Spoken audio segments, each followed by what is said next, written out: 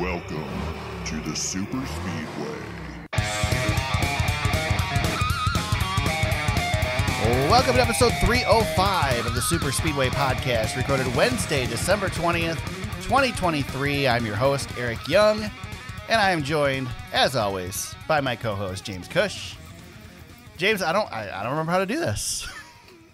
It's been a minute, right? Yeah. Yeah, it's I forgot my microphone, so I'm completely out in the dark here, but we're gonna wing it. And it's been, well, Blaney won the title 5 or 6 weeks ago. Yeah. so yeah, we haven't done this in a while, so we're a little out of practice. But we thought it would be fun to get together one more time before the year's over. Yeah, before we get into Christmas mode and over busy with Christmas and then New Year's, and then all of a sudden it'll be the Clash. So I guess time to talk some NASCAR, I guess. Yeah, well, really the fans wanted it. I mean, they've been calling for it. Yeah, they must be calling you. They haven't been calling me. My Twitter's blowing up, like, when's the pod coming out? And I'm like, yeah, we'll get there. We'll get there. But we were joking. Twitter, what is it? I don't remember. I don't even use Twitter anymore. Yeah, I haven't even launched it. I launched it today for the first time in like 2 weeks. Yeah, just to check the news, right? That's about it. Yeah. Anything, or whatever funny meme is making the rounds. That's right. the only reason I look at it anymore. Pretty much. But yeah, we were joking before the pod that the gravitational pull was happening for both of us, and we felt the itch to pod. Well, we did this last year too, because my Facebook memories today were of last year's episode. So. Oh, that's funny. We definitely have a rhythm. We every time we do this, every time we go on hiatus, when we come back, we don't plan ahead. It's just natural, just when it happens, and it's always the same time. Yeah, I know. Usually it starts with me texting you, and you're like, "Hey, man, I was just about to text you." Exactly. I'm like, yep.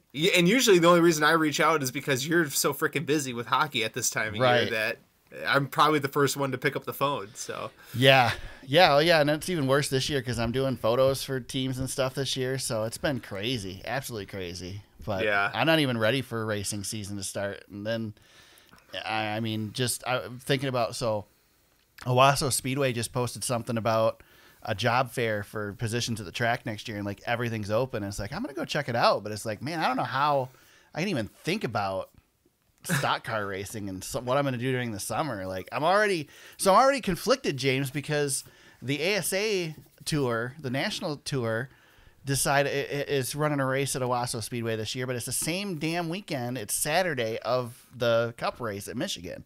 Oh. So the Xfinity cars will be on the track, so I can't go to it and NASCAR at the same time. So I already got a decision to make there. Oh man, I want to kind of thinking about going to Bristol in the spring. But that comes up so damn quick. That's like, and it's like, and Bristol's on an off weekend for the Spirit that I shoot, the hockey team I shoot, so I can do it. But it's like, man, can I really think about NASCAR in the middle of the hockey season, especially this year, because this is a big year for us. I don't know, man. Yeah, you're in the thick of it, man. Yeah, it's good times. It's good times. I mean, I see, we're just trying to survive. We've got birthdays, birthday parties.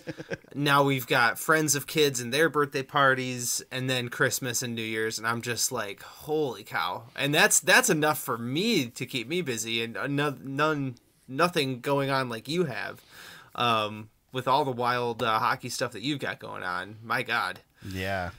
Oh man. Yeah. I just signed up to shoot a game at 8:30 in the morning on Saturday. So that'll be fun. Yeah. But hey, man, if you love it, you keep doing it. Yeah. Don't stop. It's fun. I'm not complaining. I'm not complaining at all. So basically what we did here is we've got show notes. You can go on the superspeedway.com and check out the show notes if you want. There's links to a bunch of articles and stuff. Basically, I just went down J-Ski and since we stopped recording, and picked out a bunch of news items that we can discuss. And we're just going to kind of bounce around, James, and talk about some stuff and go through this. And some of them we might not hit at all. Some of them we might spend a lot of time on. But the first one I got on the list is probably the best place to start, because during our hiatus, NASCAR finally announced its new media rights deal. And we know what's happening for the next 6 years or something like that? Yeah, 6-year deal. Yeah, 7-year deal. Yep. So Fox is staying, NBC is staying, But of course, we get Amazon Prime and TNT Sports in there, and Warner Brothers Discovery, blah blah blah. I mean, everybody's obviously talked about this already, so we're coming into the party a little bit late on this. Probably should have done an emergency pod and talked about it. But what are your thoughts of this, James? Is this the deal that everybody wanted? Is this going to save NASCAR and save the teams and make things all better again? I don't know if "save's" the right word, but Aric, we've been circling the wagon on the media rights thing for quite a while. I mean, I remember talking about this probably during like the COVID season, right? Back in 2020, we've been talking about this. The thing that I really like is we get the traditional partnerships back, Fox and NBC, which we know they can do a good job and they can deliver a decent product. But we tap into the streaming market, which is something I think we definitely need to be doing.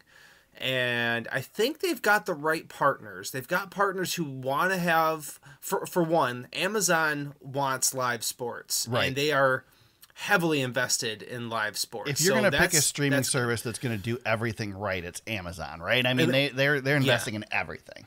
Yeah, they're going to put money behind it, and that's really great. And the other partner with TNT and Turner, that is really good as well, because they've got a history with the sport, but they also have a really strong streaming presence, and they're trying to build the Max brand, right?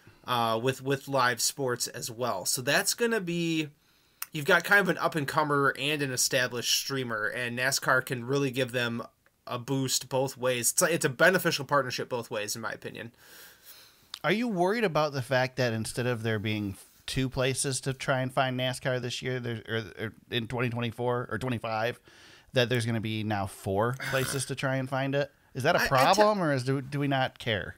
I mean, if you can't navigate the season between things, I don't know, man. Now you've got hold on a week second, in though, between because races. you're going to do this, and you're also going to have instances where we're going to be doing like IndyCar, where the race is on Fox, but you're qualifying in practice. That's going to be over here on this platform. Yeah. So it's going to get confusing. I will say that at least we have another year to prepare. Like we're not just thrown into this next year. We've got another year of the traditional setup to know.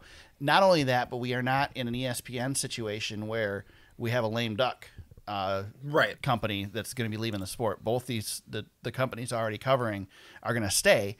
So they're not going to cheap out on coverage this year. They'll be doing everything the right way. So I'm optimistic about it. I love the streaming idea. I wish. I want to see more. I want to see Fox and NBC commit 100% to streaming too, in addition to their broadcast, because I would really like to just get rid of YouTube TV. And if I can get them to commit and get them to do a good enough time shift option, which right now, sorry, Peacock, it's not. Amazon is, but I don't even know what Fox has for it. If they can get it to where I can start watching a race, halfway through the race and start from the beginning, and then pause it on my iPhone and then pick it back up on my Apple TV and continue on like I can do with YouTube right now, I'll be happy. That's all I want. And I just want to pay for these services and get rid of YouTube TV, because literally, like right now I'm paying for YouTube TV still.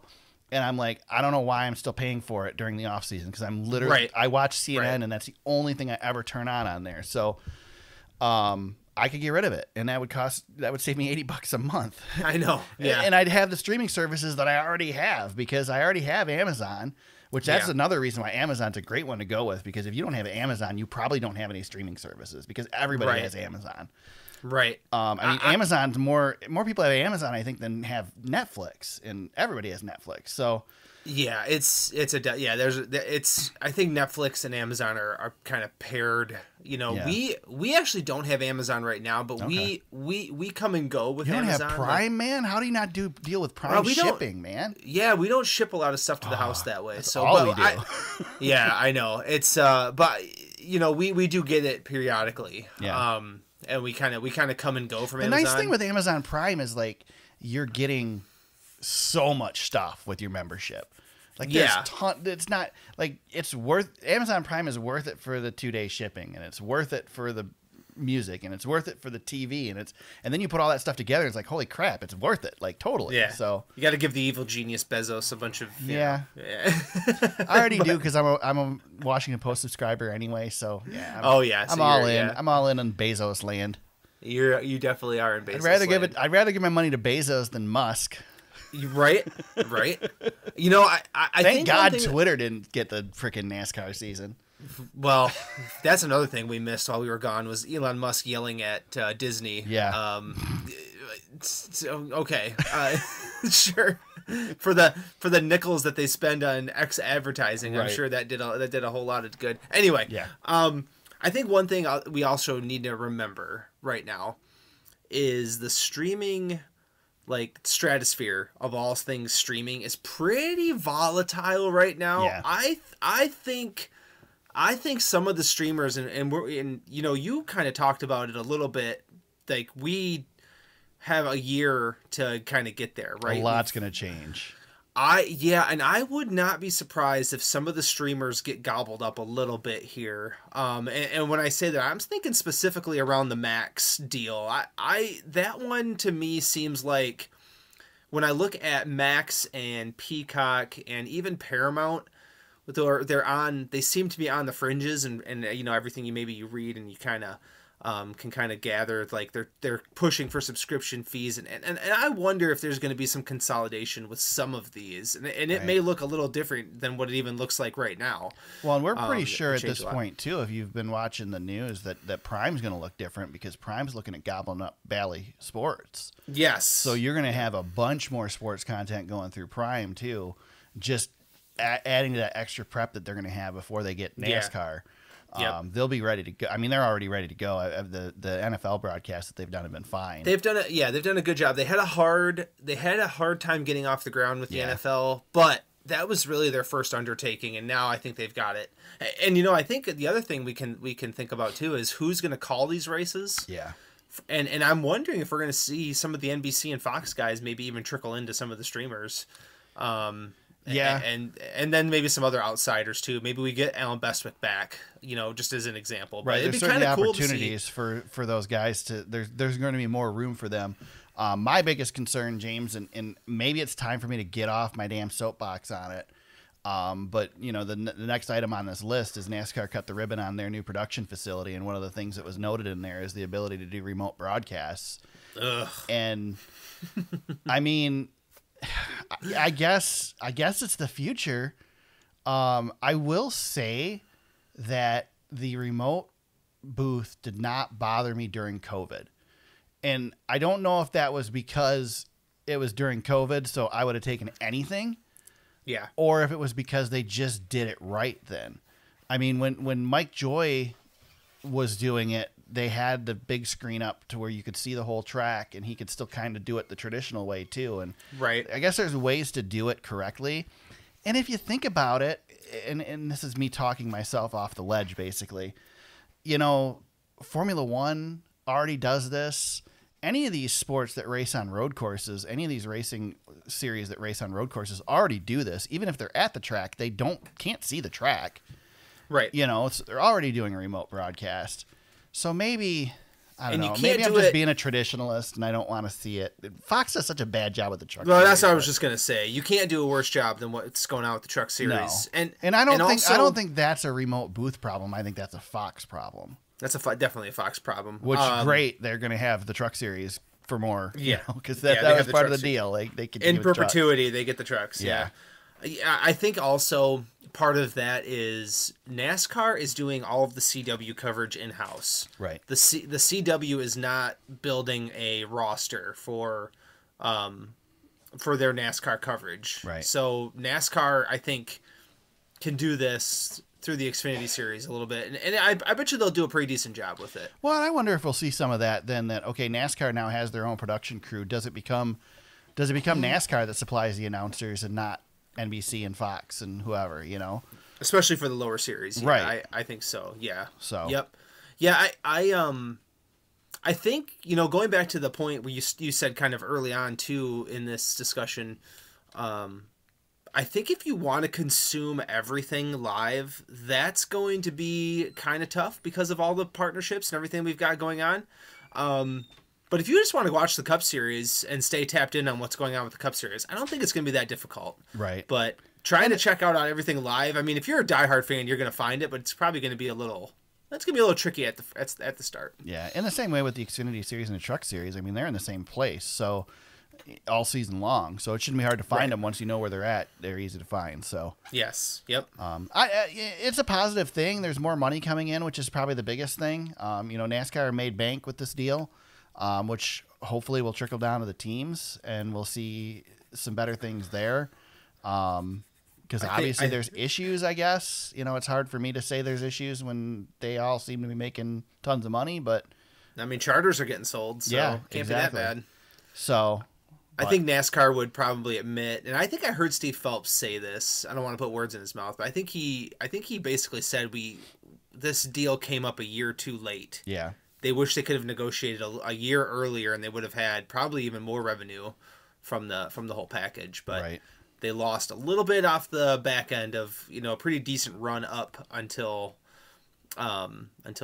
I think into this year, where things started to change. The business model is starting to adjust a little bit, but they locked in, like you said too, up till 2031. So it's a good lock-in deal, and they can kind of evolve as they go with these types of partnerships too. There's some flexibility built in. I like that. Yeah, it'll be interesting to see what it looks like. I'm excited for it. I'm excited that we get one more year of traditional before we have to deal with it. I hope it's a positive thing in the long run. I am worried about some of the legacy NASCAR fans. But I mean, sorry to say it, the legacy NASCAR fans are going away, and we need to model our product toward the future fan, and that can be painful, but it's the truth of the deal. It's got to happen. So I mean, gosh, man, my grandparents used to listen to the Tigers, only listen to them on the radio. Yep. You think about, and that wasn't that long ago. That was in the 2000s. Yeah, that was like 20 years ago. And now you're talking about Amazon acquiring Bally, which has a presence in Detroit, and people are getting their games that way. It's kind of an a la carte thing when you want your local sports. It's going to be a little bit. It's all of this is changing. There's a lot of realignment going on. You see it.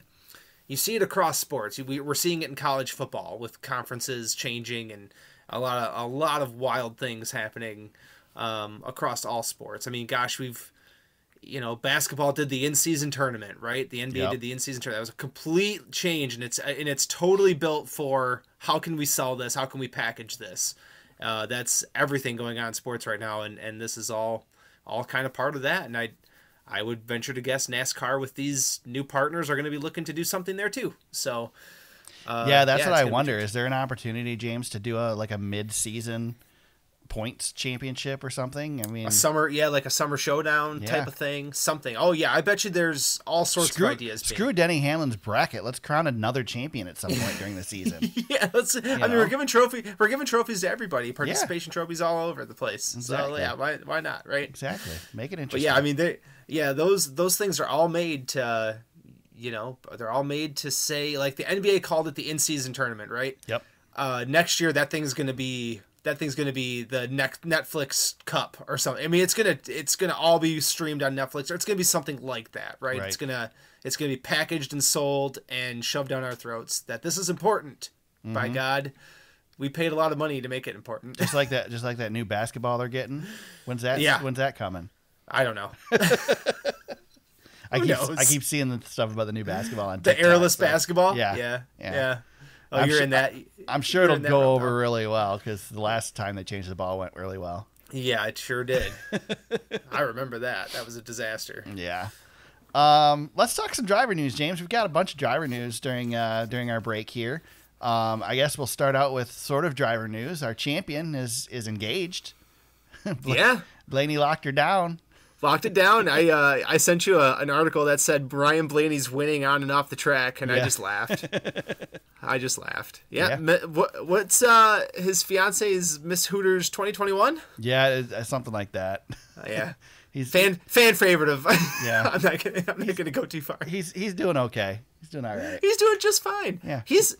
I venture to guess Ryan Blaney is he's probably one of the top 10 people in the world as far as being happy at at this very moment. Yeah, I would. It's I would probably not a stretch to say that he's pretty much achieved everything now. Yeah, so he's good to go. Yeah, pretty good year for Blaney. Yeah. On the other end of the spectrum, Denny Hamlin has had shoulder surgery. Jeez, I can't say that. You got it. You got there. To the point that he may miss the Clash because of it, because of recovery. So kind of interesting there. I'm sure he won't be disappointed, right? I mean, he don't. Yeah, these drivers don't care about the Clash. No, I think the Clash is lost its luster. It's in his last year, and we'll move on from it after this year. Who do they put in the 11 car then for the Clash? Just anything fun that you've seen?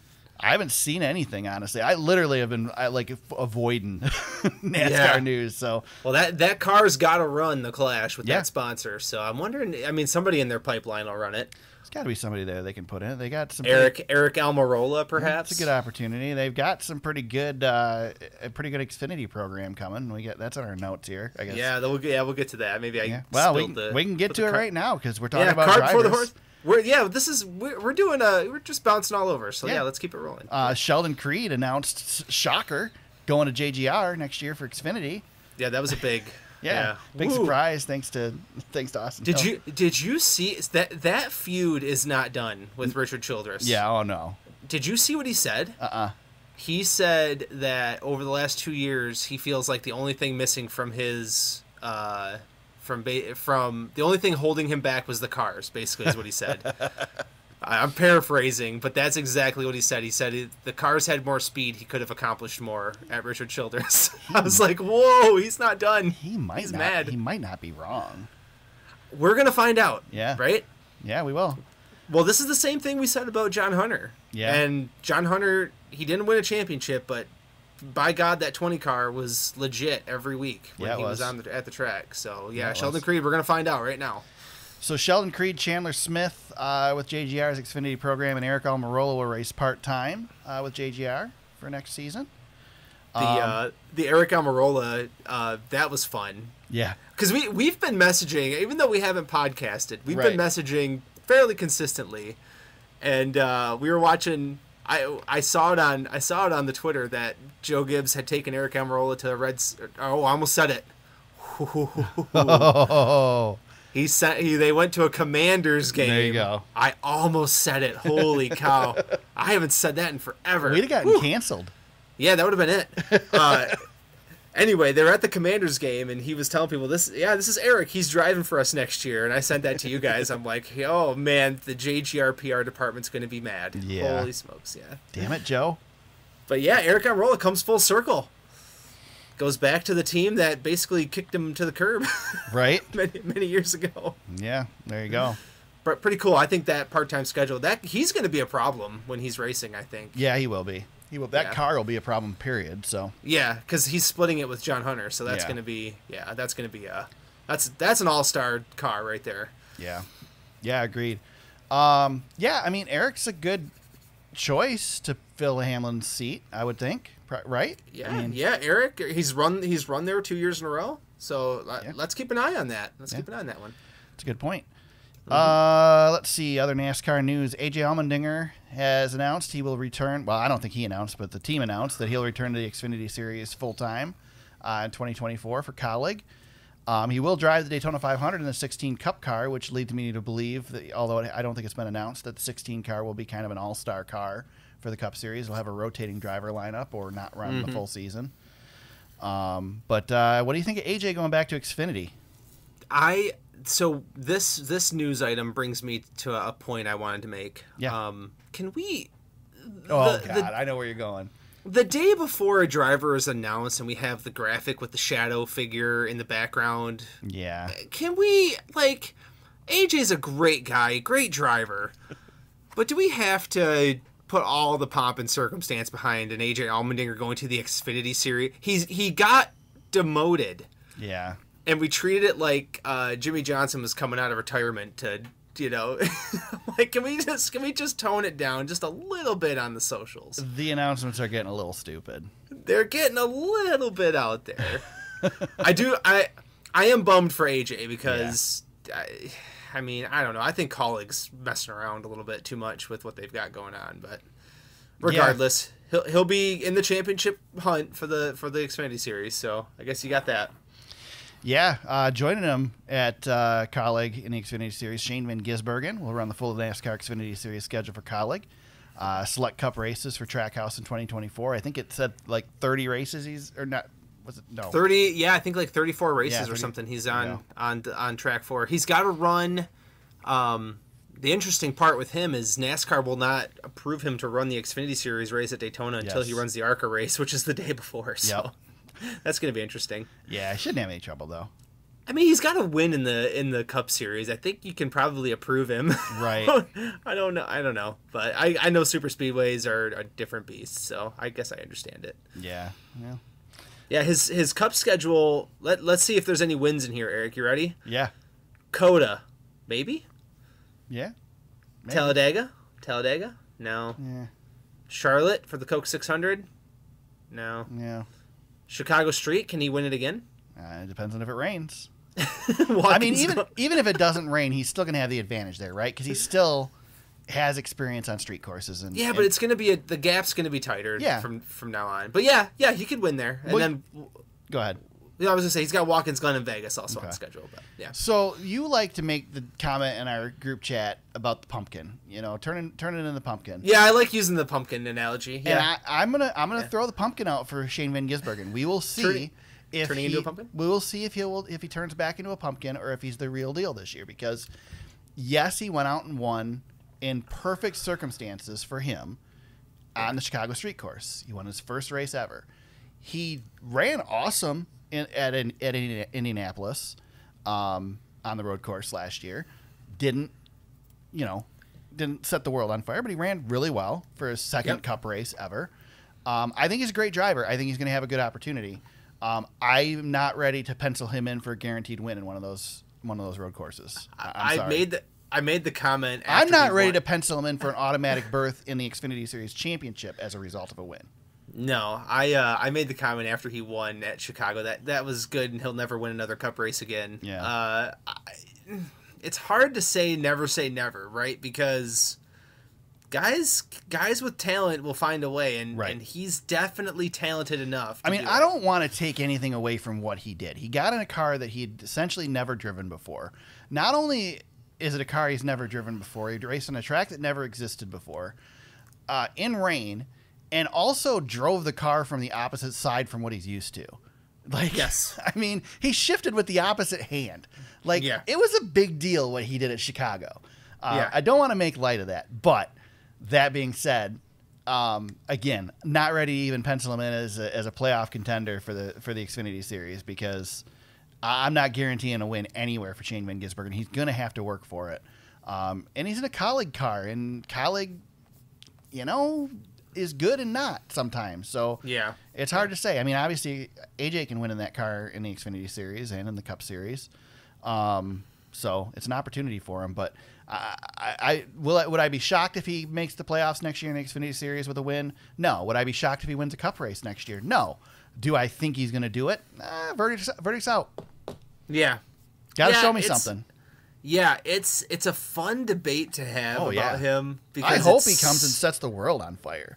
Well, it's just so absurd that he won that race, right? And we have to be like, okay, what is he? Because it's not like he won at Daytona, where you can kind of luck into one. He won on a skill-based, ridiculous circuit. But it also, the deck was stacked so in his favor. It's exactly right. Yeah, I know. It's like a complex of It was the perfect it couldn't have been any better situation for him.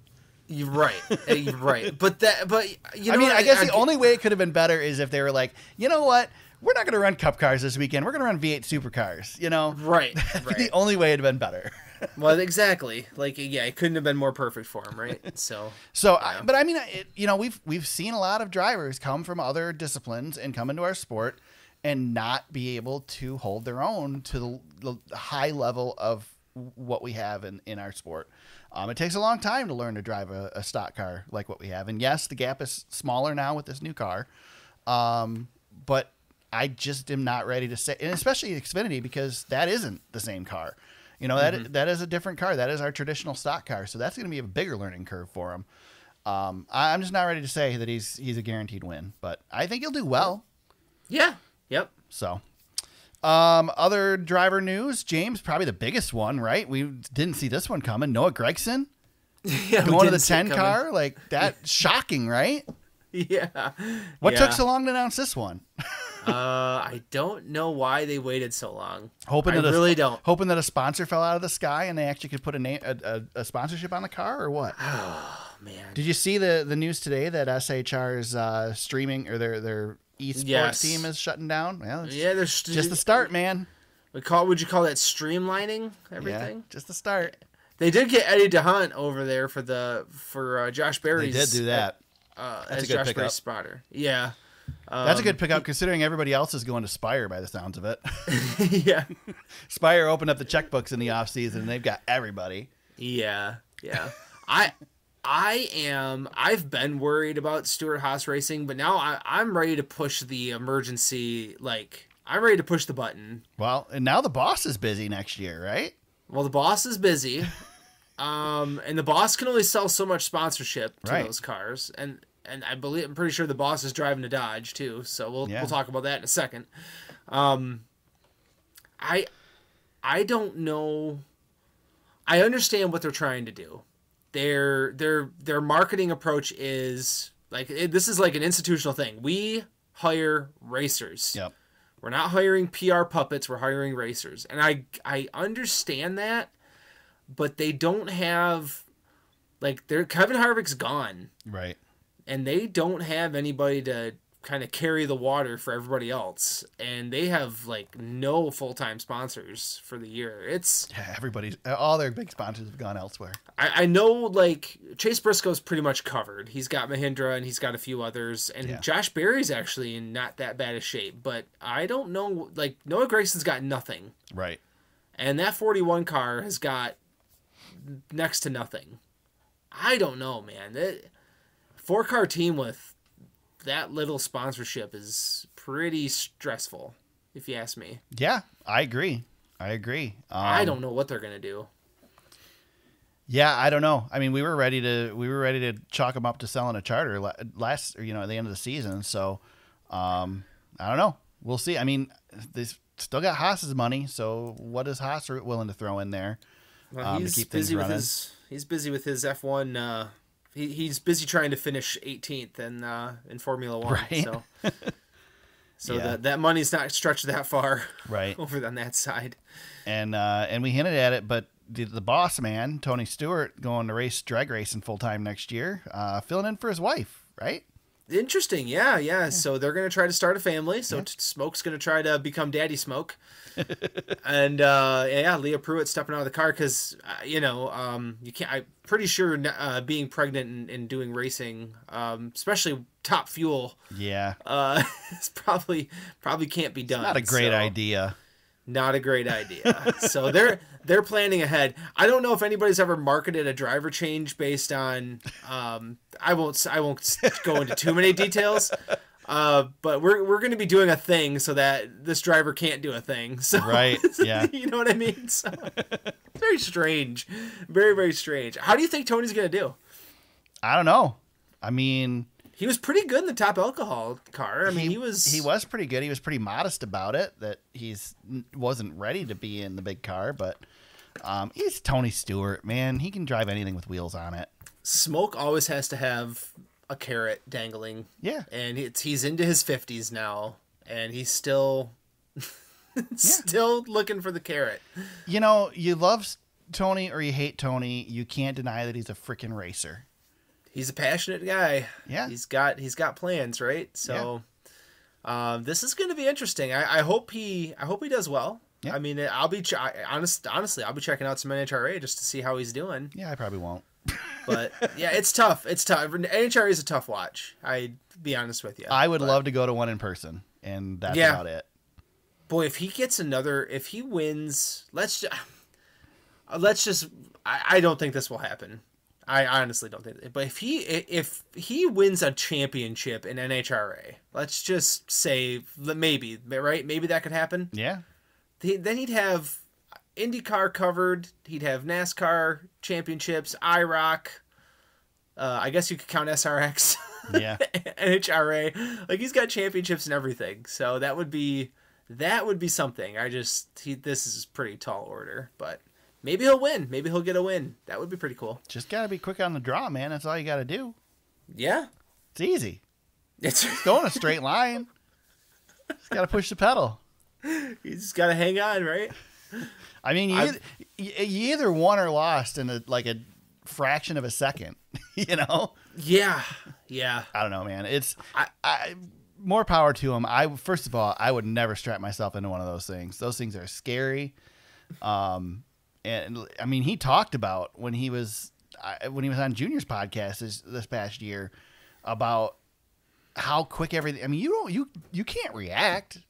No. You're going that fast. You're not reacting to anything. You're along for the ride, man. This is not the retirement I expected from him. No. I thought he was going to Ken Schrader his way around the country in dirt cars. Yeah.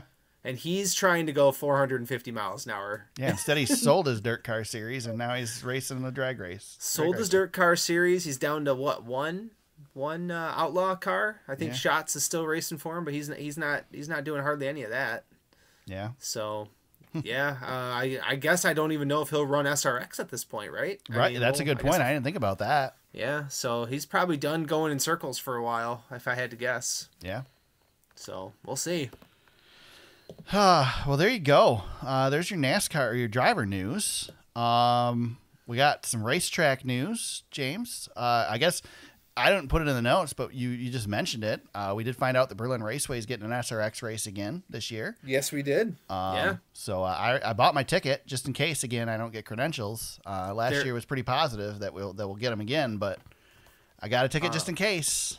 Hawk was saying, so the schedule is 4 out of 6 is done. Yes. Hawk was saying that they might announce something this week, but I haven't seen anything. He also said that he would be willing to add a 7th race if they raced at North Wilkesboro. I'd love to see them go to Wilkesboro. I don't know that it would be a good show. Yeah, but it would be a nice compliment to something. It would be, but SRX wasn't good at IRP. And I feel like that North Wilkesboro will be another IRP for them. Well, and North Wilkesboro being repaved now. Yeah, that worries me.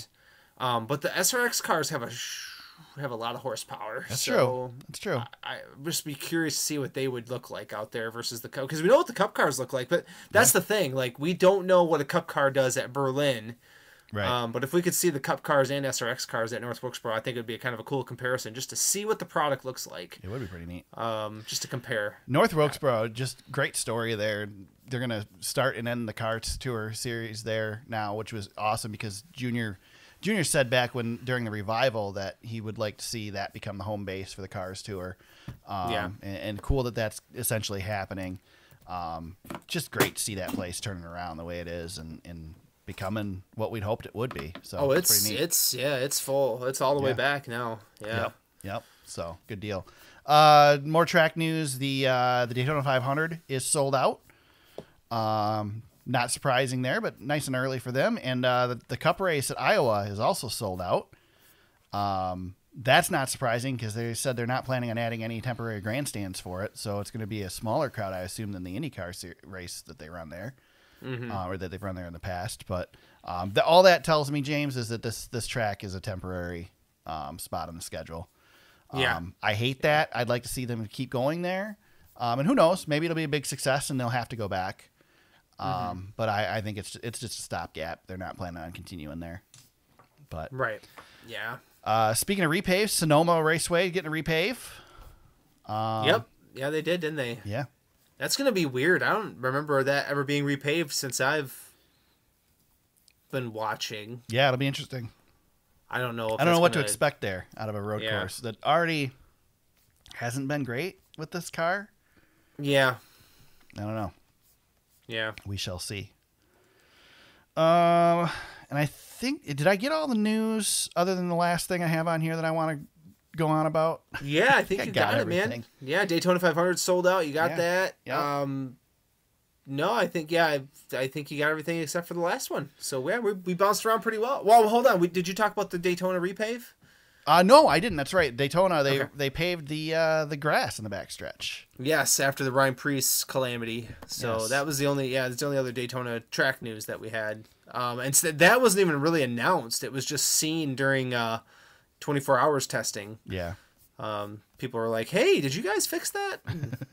Apparently they did. So there's still a little grass back there. So yeah, there is. The SRX schedule as of right now. Yeah, because I've lost track of the only one. I know that. Yeah. I know we're going to Berlin. I know we're going to Slinger and Thunder Road, right? Yep. Stafford kicks us off. That's right. Thunder Stafford. Road. Yep. Then Thunder Road, July 18th. So July 11th is Stafford. July 18th, Thunder Road. July 25th, Slinger, which is awesome. Slinger's on iRacing now too, or coming to iRacing. That's pretty sweet. Yeah, Dude, I'm amazing. I want to pull the trigger so bad on iRacing. I'm telling you. I know. They keep locking you in, man. Just do it. Berlin August 1st, and then Hawk said so. The 8th and the 15th aren't covered yet. Hawk was saying that they're holding out because one of the dirt tracks may be in Canada. So, but did not say anything other than that. There you go. So I'll let you do your Google Maps search and figure out what dirt track he's talking about. Interesting. Yep. Very interesting. So James, I don't know how into NASCAR YouTube you are, but I saw a couple videos pop up over the last couple days from NASCAR YouTubers, and apparently NASCAR has been cracking down in the last few days, making YouTube copyright claims against NASCAR YouTubers for some of their content. Essentially, they're not removing the content. They're just demonetizing the content. Mm-hmm. And the NASCAR YouTubers are up in arms. And I wanted to talk about this real quick because the NASCAR YouTubers are very adamant that they are using what's called fair use. And they have a right to use this content and essentially make money off of this content.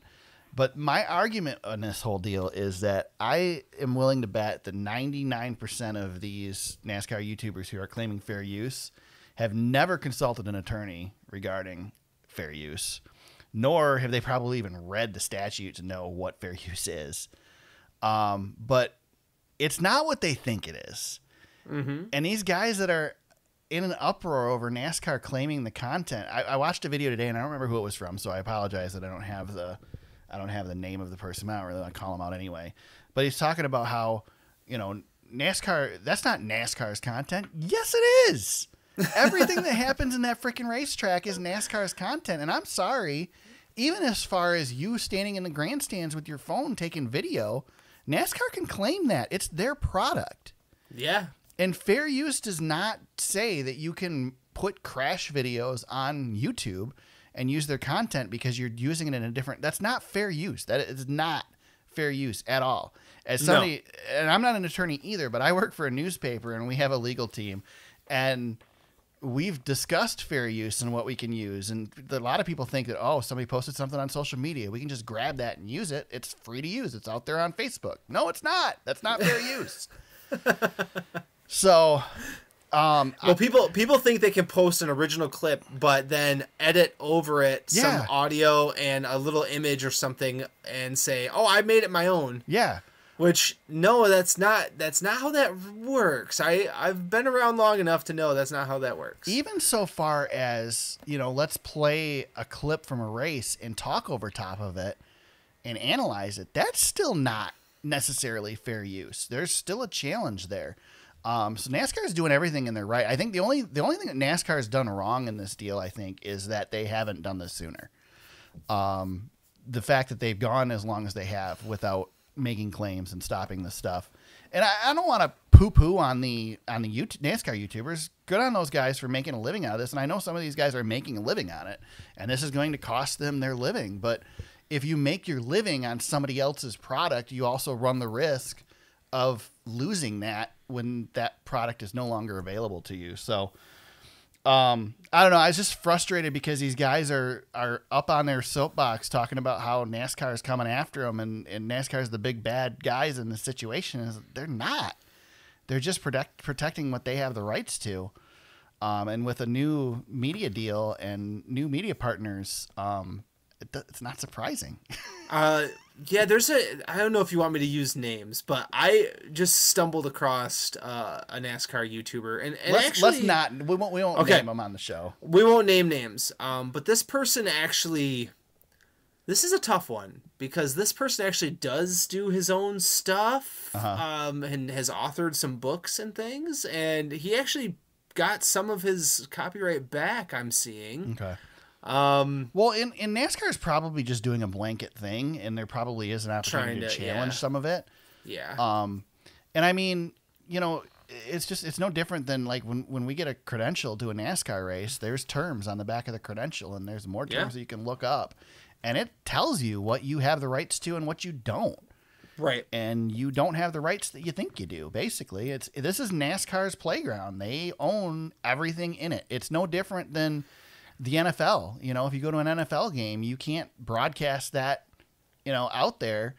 The NFL is going to come after you. And the NFL appears more greedy than NASCAR, but they have the legal team to do it. Yeah, they're both big companies, and they're going to protect their investment. There's a lot of money that these broadcast partners are paying to broadcast this stuff, and they don't want people just throwing, especially when NASCAR's they have their NASCAR classics and all that. And yes, it's all free for us to view, but that doesn't mean you can just take it and put your voice over it and use it as your own content. So I don't know. I guess the biggest thing for me is just, if you're going to cry, fair use, then read the statute first to know what you're talking about before you make yourself look like a victim, I guess. Yeah, of course. Yeah. So, and I don't want to bash any of these guys because, they're in the same boat as we are. And I mean, we've used stuff on this show that would probably fall into the same thing. We've used audio clips and stuff, and I try to limit it because of that.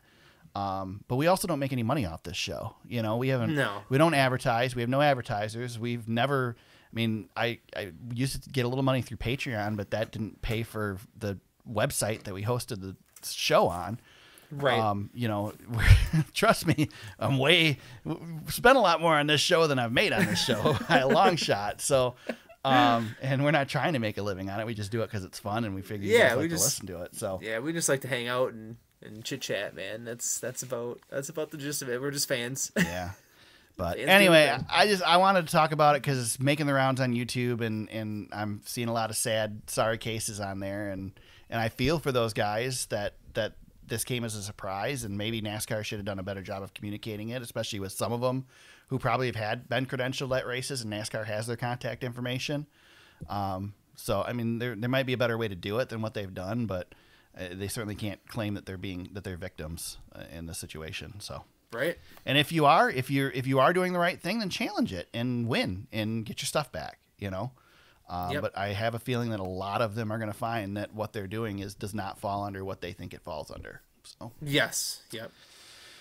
There you go. It wasn't quite a rant, James, but it was good. No, it was good. I wanted to get into it. I was really fired up about it earlier. I was talking to my computer earlier on my lunch because I was watching a video, and I'm like arguing with the guy on the video. It's like, oh, you did good.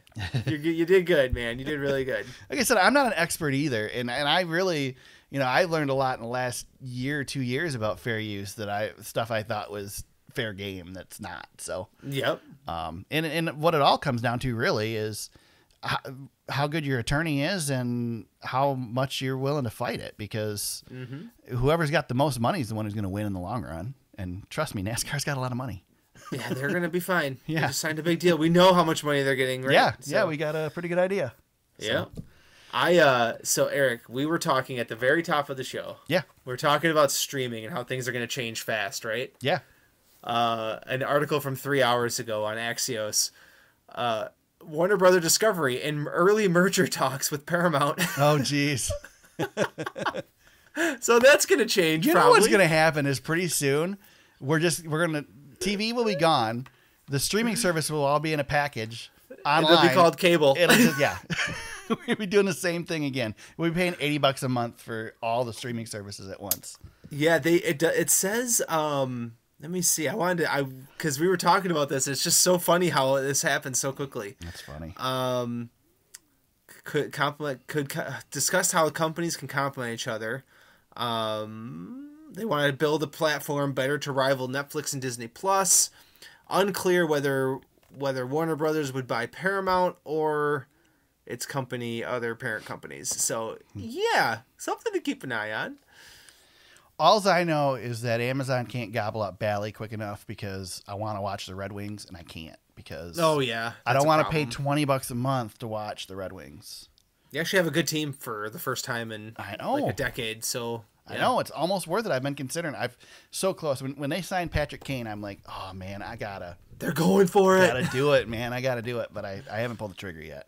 Too busy. Well, the good news is you can watch the Lions, except when they're on NFL Network and get flexed off the regular TV, and then I can't watch it, and I'm throwing a fit. Right. So. Didn't they get blacked out on NFL Network, though, too? I was hearing something say they were going to get blacked out. Everybody was able to watch it. I was following along by other means. I'll just leave it at that. I don't want to get in trouble. There's no point in watching the Lions anyway. Everybody's doing is getting all excited to watch them lose in the first round, man. Well, here's the problem. Here's what's going to happen. And this is the only way for it to end. They're just good enough to get into the playoffs and get a home game. That home game will feature Matthew Stafford trotting into Detroit to rip our hearts out as painfully as possible. That's how Aric wants it to end. Yeah, and that's what I'm afraid of. That would be so much better than not making the playoffs. That is like the perfect scenario. Oh, it's like, yeah, I mean, that's why. Better yet, get all the way, one game from the Super Bowl and lose. I tell you, man, I've enjoyed a lot of University of Michigan losing in football for many years. I've gotten fat off of Michigan football. But the last couple of years when they made the playoffs, boy, has it been special to watch them get throttled by Georgia. And then the next year I was complaining that they got TCU. I'm like, oh, the committee, they gave them the easiest team in the history of the playoffs. And boy, that game was a joy. And I'm very much looking forward to watching Alabama and Michigan in a couple of weeks. Yeah. So I know our buddy Todd will probably listen to this episode and come at me, but that's cool. That's cool, man. I just want you to know where I stand. That's all. I got no skin in the game for college sports. Oh, I get so annoyed. My dad, on my dad's birthday recently, he's a big Michigan fan. And that's, around that time the playoffs had been announced. And the first thing I said to him was roll Tide, because I was trying to get in his ear. And he said some pretty wild crap about how great Michigan is. And I said, God dang it, Dad.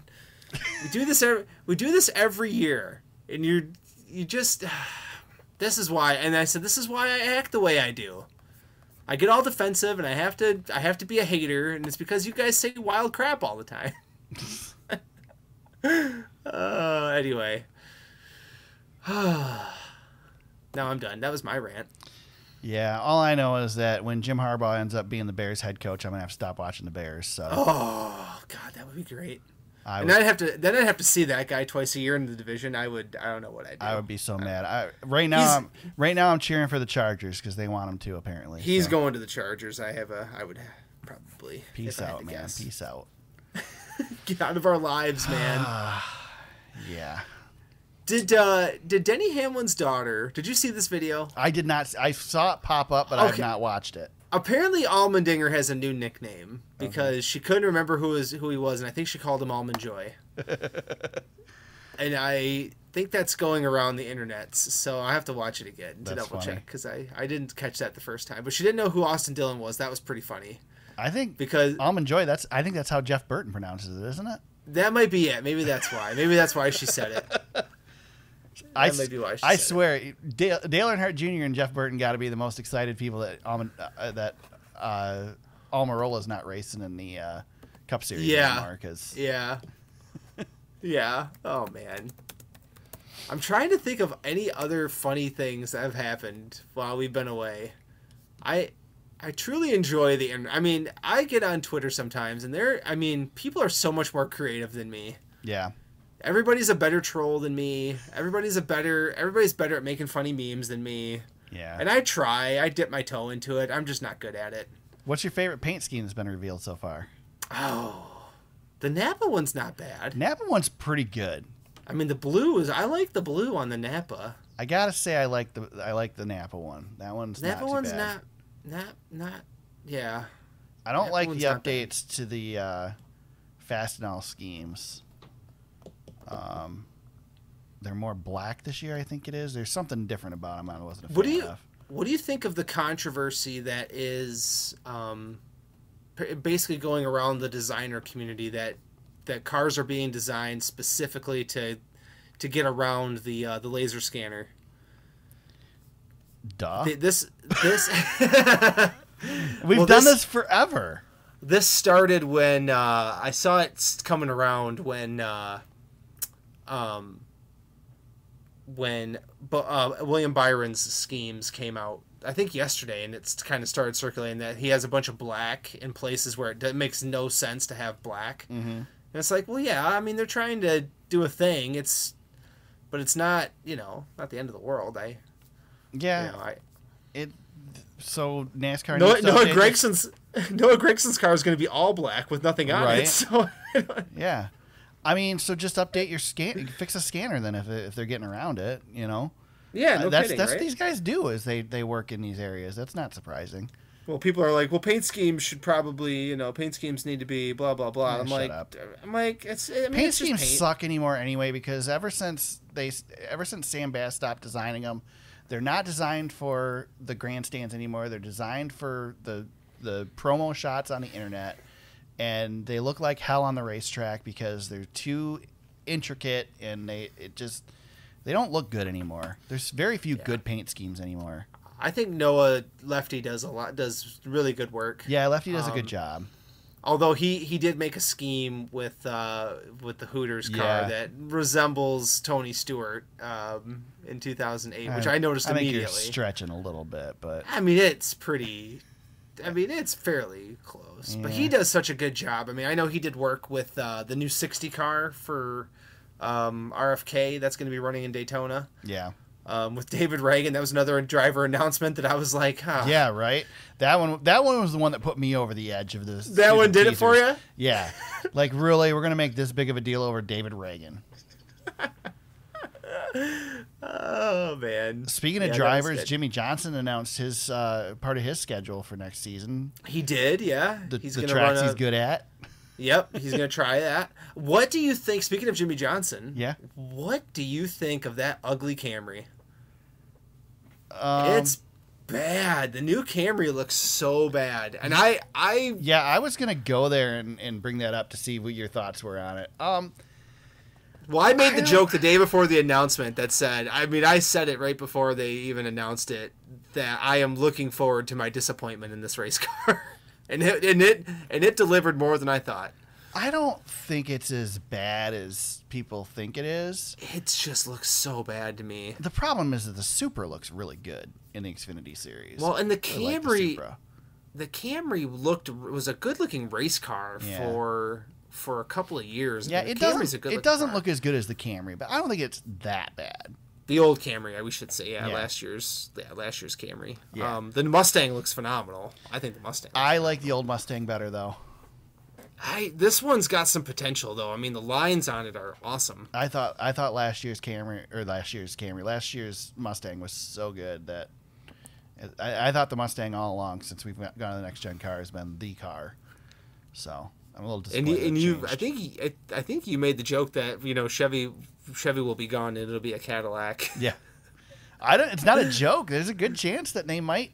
They need to put something on that car, and they could certainly. They still got cars with Cadillac that they could slap on there. I mean, I don't know.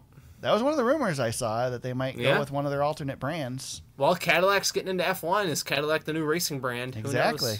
Who knows? Yeah. Oh no, the Camaro. This is the last year for the Camaro, right? They can't run it after this year. I believe there is an exception. They can continue to run it, but they can't update it. That's the problem.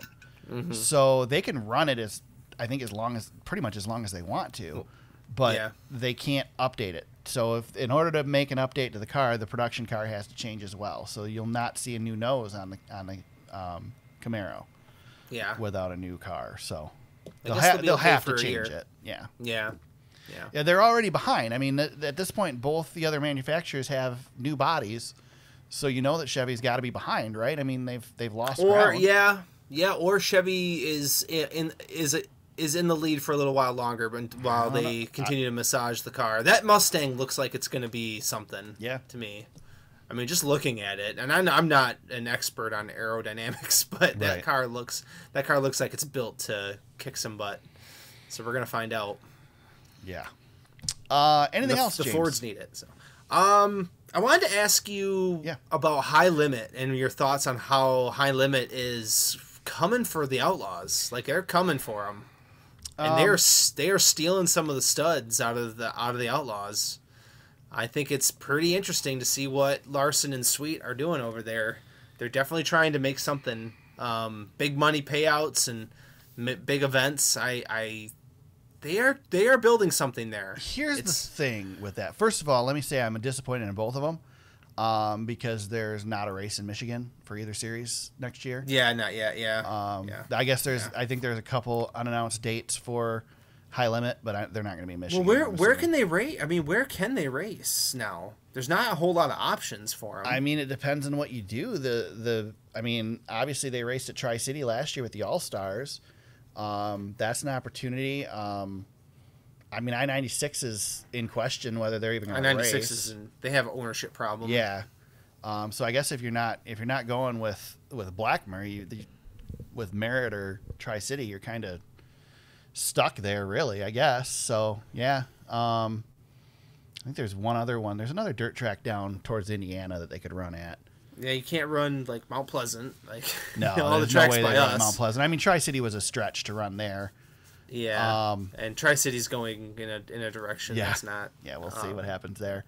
You're not running out at Silver Bullet. I'm trying to think of other dirt tracks. I guess there's not a lot. Yeah, I mean, I guess you're right. There's really not much. There's not many opportunities. But I-96 could do it. I mean, I saw the All-Stars at I-96, but again, they have. I saw the World of Outlaws at I-96, but that was when they had the old half-mile track too. And there's no. That's a good point. I guess I didn't think about the fact there's really nowhere for him to run here. I mean, yeah, that's tough. I don't even think Fremont's on the schedule for either series next year out in Ohio, and that's a great track. But anyway, so what it comes down to, James, my opinion on High Limit is if they're doing this to better the sport, good. If they're doing it as a revenge play against the World of Outlaws, then one, it's going to fail because this is you don't start a series for that reason. You know, it's just not going to work. Yeah.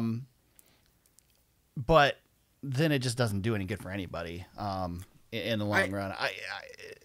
It's tough for me because I know that All-Stars were the original, but to me, the World of Outlaws is the NASCAR of sprint cars.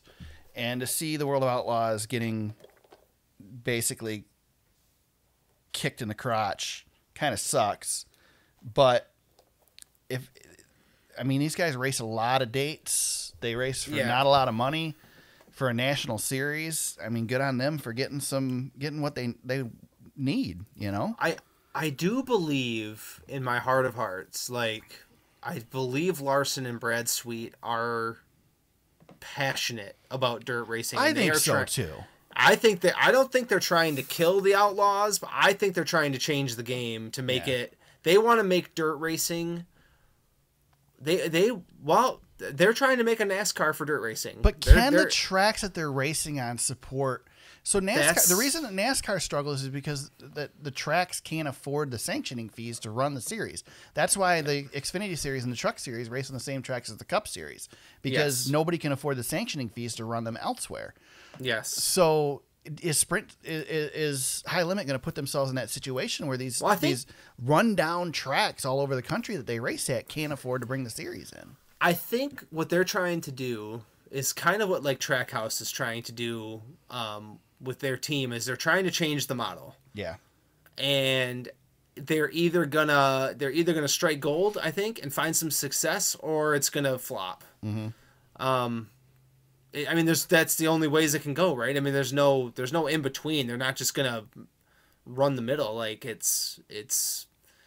Yeah. I don't see them ever eclipsing the Outlaws, but I mean, gosh, the guy who the World of Outlaws put on their brand new video game that they've been marketing like crazy is gone. He's done. He's racing High Limit now. How interesting is it that High Limit announced their schedule, and their schedule page is literally here's the race number, here's the track, here's the date, here's the purse. Yep. That goes to show you exactly what they're promoting.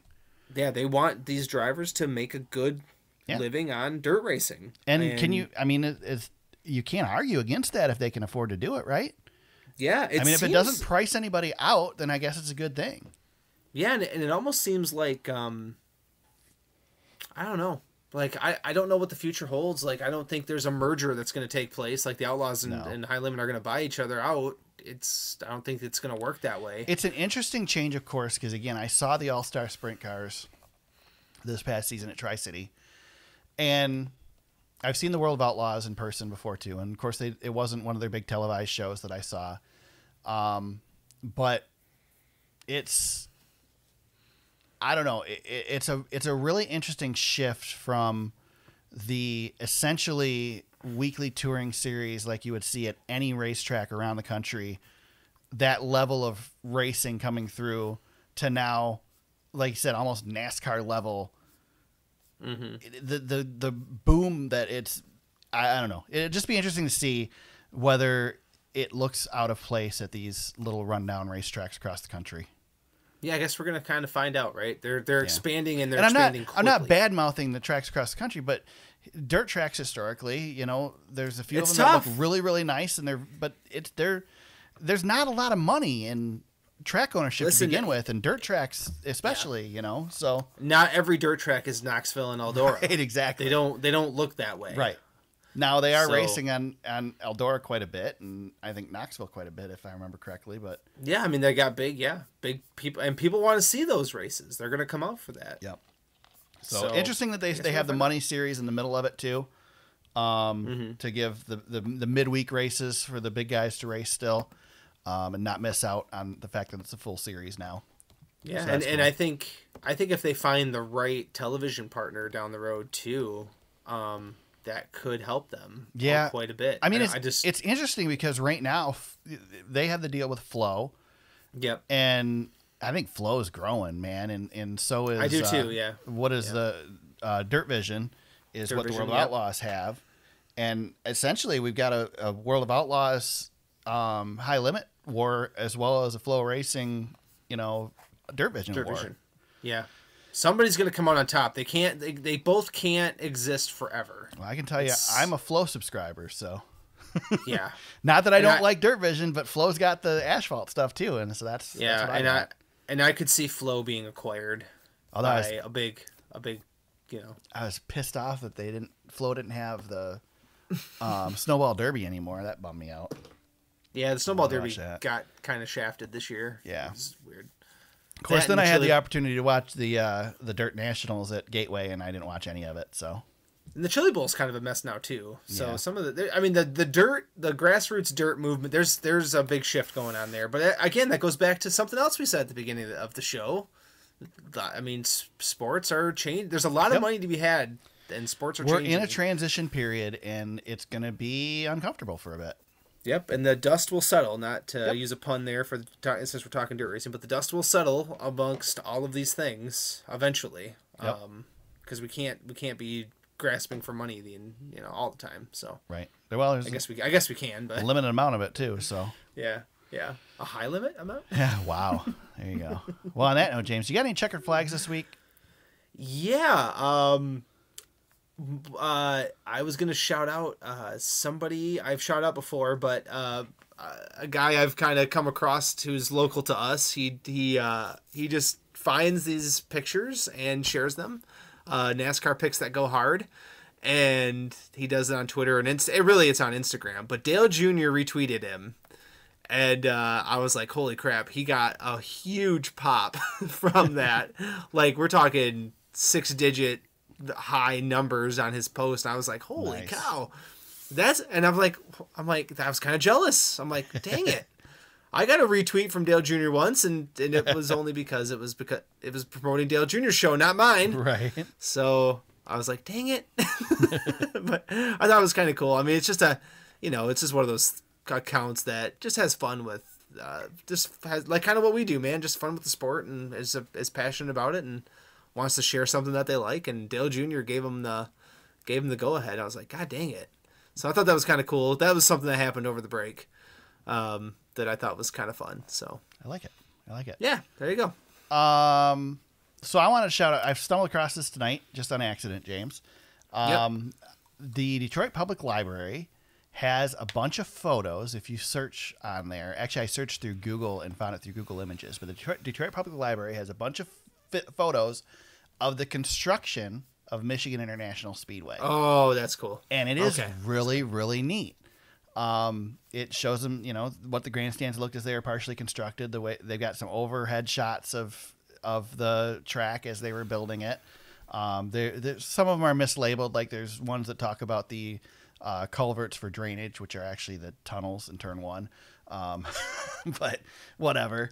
But it's pretty cool to see, there's some pictures from the original tower up top as they were building it, pictures of the grandstands. There's a picture that looks down pit road, from the infield, and you can see how deep the pit wall is. It's actually pretty amazing. It's probably like 10 to 15 feet in the ground. Oh, that's crazy. Yeah, I would have never thought that. And there's one shot of them constructing the outside concrete wall too, and you can see that it's really deep in the ground. Like it's down there. Interesting, if you're not familiar, Michigan had the concrete on the front stretch when it was originally constructed, but it was guardrail from turn 1 all the way to turn 4 for a long time, into the 90s. I think 90 was about the time that they put concrete in all the way around it. So anyway, I thought it was pretty neat. It was very cool to see some of the old shots of the track, because it's hard to find a lot of easily find a stock of old photos of Michigan. You stumble across them all the time, but to see an actual bunch of them like that, especially the construction, it's pretty neat. The site's clunky because it's a library site, obviously, but it's worth checking out if you like history and you're a fan of Michigan International Speedway. So yeah, there you go. Any black flags, James? Oh man, I got nothing. So if you don't have anything on it, you're good. Yeah, I mean, there's a lot of black flags to be had out there, but I'll leave it. How about Carson Hocevar for tearing up a couple late models in at the Dome in St. Louis? That was weird. Yeah, that was weird, wasn't it? Yeah. Well, I guess the last time, the last wreck was they lost power and somebody ran over them, basically. But didn't fare too well out there. And wrecked in the last chance race for the Snowball Derby too. So Carson had a Cinderella story over the last little bit for the Cup season, but he's gonna ruffle feathers. Oh yeah, a little bit. Yeah, and I think it's gonna be a wake up call next year in the Cup Series too. Yeah, he's not just gonna come in there and light the world on fire. I think there's gonna be some growing pains. Oh yeah, he's still got a lot to learn. We like Carson, but he's got a lot to learn. The Spire stuff, I think is gonna be is gonna be a little bit of a learning curve. I think. Yep, I agree. That's okay. I agree. Well, James, if people want to hit you up, we'll probably do this maybe one more time before the season starts. But if people want to hit you up in the meantime on social media, I think you're still jumping around there on Twitter, right? James Kuch on Twitter. Yep. I'm just from now on. I've after listening to Elon talk and that New York Times thing where he called out Disney and they mentioned Twitter, and he's like, "Twitter? What's Twitter? I'm not familiar with Twitter." Was that a pretty good Elon impression? That was pretty good. Pretty good. That was a good limited fake Elon. Yeah. It's just Twitter. I'm not buying. It's not X to me. It's Twitter. Yeah. So. I love news articles. You probably have to do this. Yes. X, formerly known as Twitter. Formerly known as Twitter, because nobody knows what X is. You idiot. X is stupid. Very stupid. And the people who are verified but are parody accounts are. Right. I mean, that's. Oh my God. It's a mess. It's bad. It's so bad. Well, it's funny. There's funny stuff out there. You can find me at TSuperSpeedway on Twitter, but I'm not on there. So you can message me. I might see the alert like 15 days after you send it. But I like to try and kind of take a little break during the off season and avoid the Twitters and all that stuff. But I'll be back. I'll be back on there. The podcast on Facebook at facebook.com/TheSuperSpeedway. Our website is thesuperspeedway.com. You can find the podcast on there, old episodes, all that stuff. The podcast is also on Apple Podcasts, Spotify, Google Play, and Anchor, wherever you found us today. Subscribe for new episodes each week during the season. Not during the off season, but during the season, We'll be here every week. And if you go to anchor.fm/thesuperspeedway, you can leave us an audio message, and we might just play it on the show. Merry Christmas, everybody. We're heading into the holidays. Christmas time, New Year's. Enjoy the time with your family.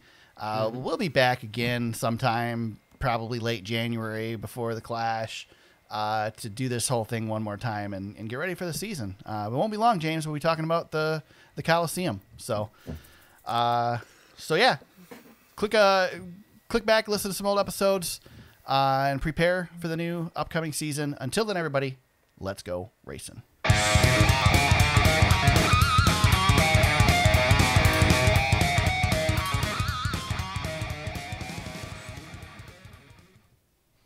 This is where I say I forgot to record the whole episode. No, don't do that to I'm me. Just kidding.